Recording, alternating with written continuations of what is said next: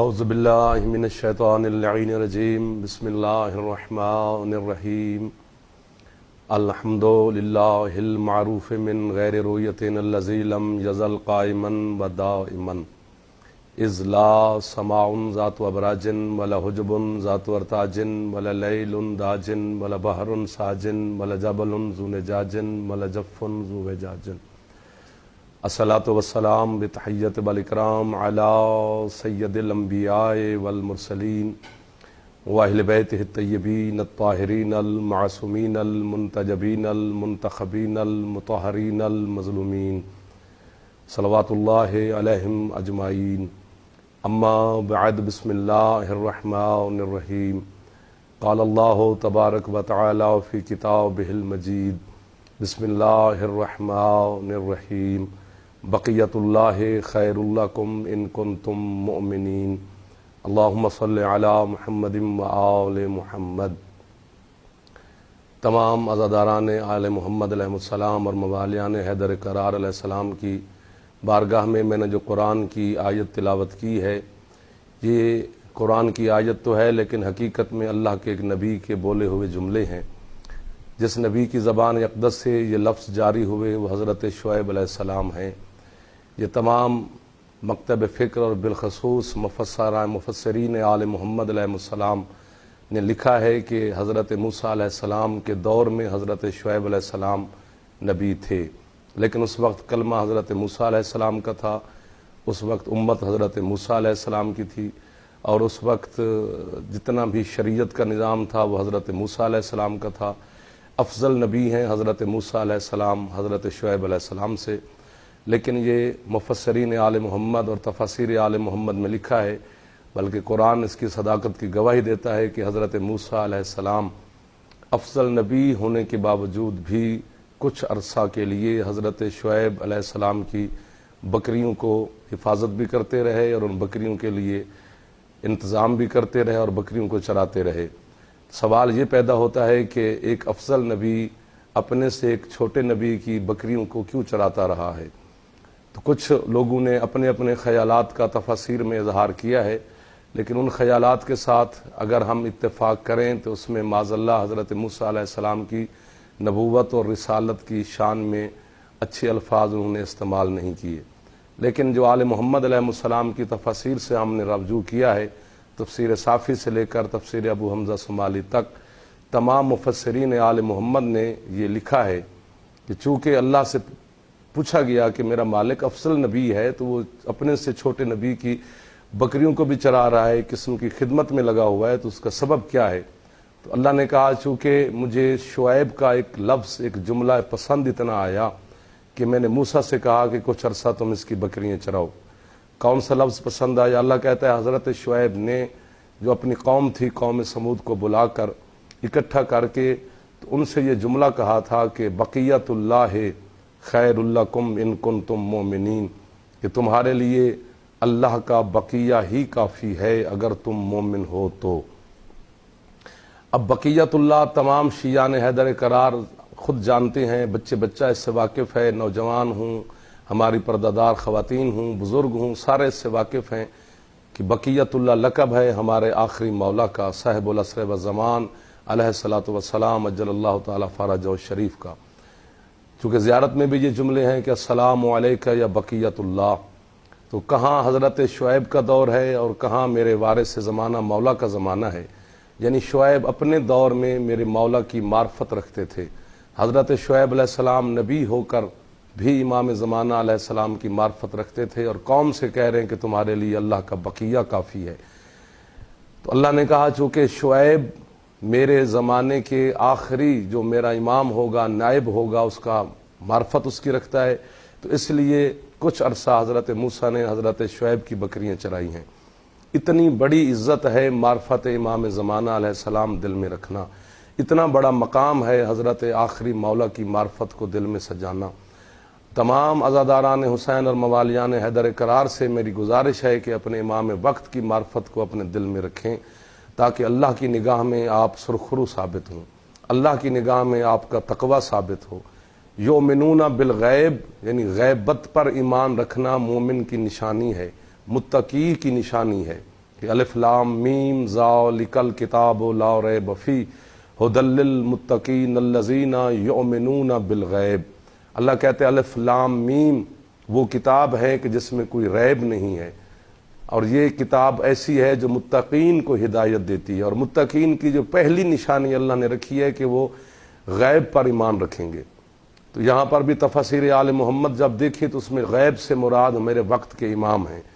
کہ متقین ہونے کی جو پہلی نشانی ہے وہ یہی ہے کہ اپنے وقت کے امام اگرچہ وہ غیب ہیں لیکن ان کی غیبت پر ایمان رکھنا ہے، ان کو ایسے سمجھنا ہے جیسے وہ غیب ہو کر ہمارے نزدیک موجود ہیں۔ جس طرح اللہ ہمیں دکھائی نہیں دیتا لیکن ہمیں اللہ کی موجودگی پر یقین اور ایمان ہے، اگر نہیں رکھیں گے تو ہم اسلام کے دائرے سے خارج ہو جائیں گے۔ اسی طرح قرآن نے ہمیں یہ دلیل کے ساتھ اللہ نے منوایا ہے کہ جس طرح میری غیبت پر ایمان ہے، میری غیبت کے مظہر کا نام ہے وقت کے آخری امام حجت القائم علیہ السلام۔ تو زمانے کے امام کی غیبت پر ایمان رکھنا تقوی کی پہلی نشانی ہے۔ تو تمام نوجوانوں سے، بزرگوں سے، شیعان حیدر قرار سے، اہلیان اسلام سے یہ قرآن پکار کے کہہ رہا ہے کہ وقت کے امام کی غیبت پر یقین رکھو، اور ہمیں اسی طرح ہی جس طرح شیطان غیب رہ کر لوگوں کو گمراہ کرتا ہے، اللہ کی حجت،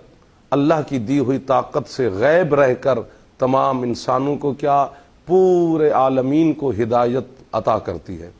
جس طرح اللہ غیب ہو کر ہماری مدد کرتا ہے، تو زمانے کے امام یہ شیعان حیدر قرار کا عقیدہ نہیں ہے، کہ ہمارا خود ساختہ عقیدہ نہیں ہے۔ قرآن ہمیں کہہ رہا ہے کہ وہ اسی طرح غیب ہیں جس طرح اللہ غیب ہے، اور ان کی غیبت پر ایمان رکھنا تقوی کی نشانی ہے۔ اپنے وقت کے امام کی غیبت میں ان پر ایمان رکھنا، ان سے مدد مانگنا، ان سے رجوع رکھنا، ان سے رابطہ رکھنا، ان سے توسل رکھنا، یہ آپ کے علماء اور مفسرین نے بھی لکھا ہے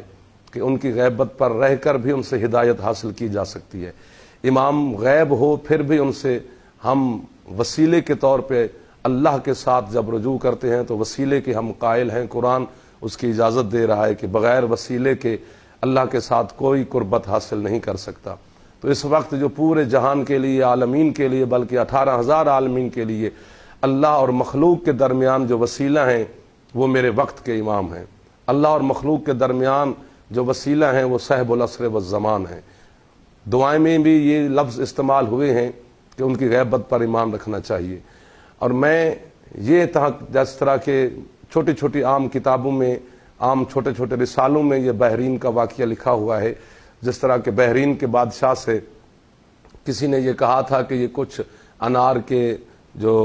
پھل ہے اس کے اوپر کچھ ایسے نام لکھے گئے ہیں تو جس پر کچھ لوگوں کو اعتراض کیا جاتا ہے۔ تو اس ناموں کے حوالے سے جب انہوں نے بادشاہ سے کہا کہ اب تو شیعان حیدر قرار جو ہیں وہ ان کو بلائیں اور ان پر ایمان لے آئیں، تو ہمارے اس وقت کے جو شیعہ علماء تھے وہ بادشاہ کے وقت دربار میں حاضر ہوئے۔ تو جب پیش ہوئے تو ان بادشاہ نے ان سے کہا کہ اتنا یہ اہم پھل ہے جس پر یہ اسماء لکھے ہوئے ہیں، تو آپ ان کے بارے میں اپنے عقیدے اور ایمان کے نظریے سے کیا کہنا چاہتے ہیں؟ تو ان میں سے ایک عالم دین نے بادشاہ سے یہ کہا کہ ہمیں 40 دن کی مہلت دیں، 40 دن کے بعد ہم اس سوال کا جواب آپ تک پہنچائیں گے۔ تو اس وقت جتنے علماء تھے وہ پہاڑ کی بلندیوں پر سوار ہو گئے، انہوں نے مسلح بچھائے، وضو کیے، آستینیں الٹیں، اپنے امامے اتارے، اور اپنے وقت کے امام زمان علیہ الصلوۃ والسلام اجل اللہ تعالی فرجہ الشریف حجت القائم علیہ السلام کی بارگاہ میں وہ وسیلہ اور التماس کرنے لگے، مولا سے مدد مانگنے کے لیے پکارنے لگے، استغاثے بلند کیے کہ سرکار ہمارے دین پر، ہماری شیعت پر، ہمارے عقیدے پر یہ مشکل بن گئی ہے، آپ ہماری مدد فرمائیں۔ تو 40واں دن جب ہوا تو سرکار امام زمانہ علیہ السلام بذات خود ظاہر ہو کر ان علماء کے پاس تشریف لے آئے۔ تو مولا نے مسئلے کا حل جب ان کو بتا دیا کہ ایسا مسئلہ نہیں ہے، کچھ سانچے بنا کر انہوں نے انار کے جو پھل تھے اس پر چڑھا دیے، جیسے جیسے وہ پھل بڑھتا گیا تو وہ سانچوں کے اندر جو نام کندہ تھے وہ پھلوں کے اوپر نمایاں ہونے لگے۔ تو اس وقت ایک عالم دین نے میرے مولا سے کہا، مولا آپ پہلے دن بھی تو تشریف لا سکتے تھے، اب 40 دنوں کے بعد ہمارے پاس تشریف لائے۔ سرکار فرماتے ہیں تم نے 40 دنوں کا وعدہ کیا تھا،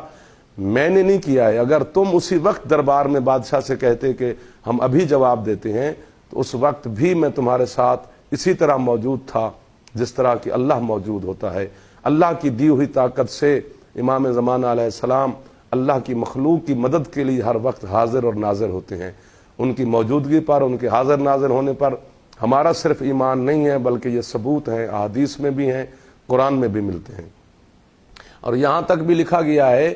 کہ سرکار امام زمانہ علیہ الصلوۃ والسلام کے ساتھ ملاقات کے جو سلسلے ہیں وہ بھی علماء اور تمام محدثین اور مفسرین نے کچھ ایسے واقعات درج کیے ہیں کہ ہماری ملاقات ہوئی امام سے، کچھ مسائل ایسے حل ہوئے ہیں، جس طرح کہ علامہ حلی علیہ رحمہ نے اپنی کتابوں میں لکھا ہے کہ انہوں نے